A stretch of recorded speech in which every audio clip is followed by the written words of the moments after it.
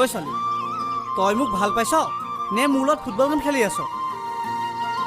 আৰে যদি ভালেই পাইছ ইমান মোৰ লগত কাজিয়া কৰি আছ কিয়?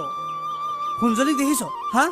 তাৰ লগত কিমান ভালকে থাকে, কিমান ভালকে কথা পাতে, আৰু তই অনবৰতে অকল কাজিয়া। মোবাইলটো উলিয়াবি, ফোন লগাবি, অনবৰতে অকল টেপেৰ কৰি ফুৰিবি। তই মোক ভাল পাইছ নে মোৰ লগত খেল খেলি আছ? সঁচা কচোন। তই যেন তাইৰ কথা ইমান কৈ আছ, শুনজনীক তালৈ বিয়া নিদিবও পাৰে, সেইটো দুখীয়া ঘৰৰ ল'ৰা।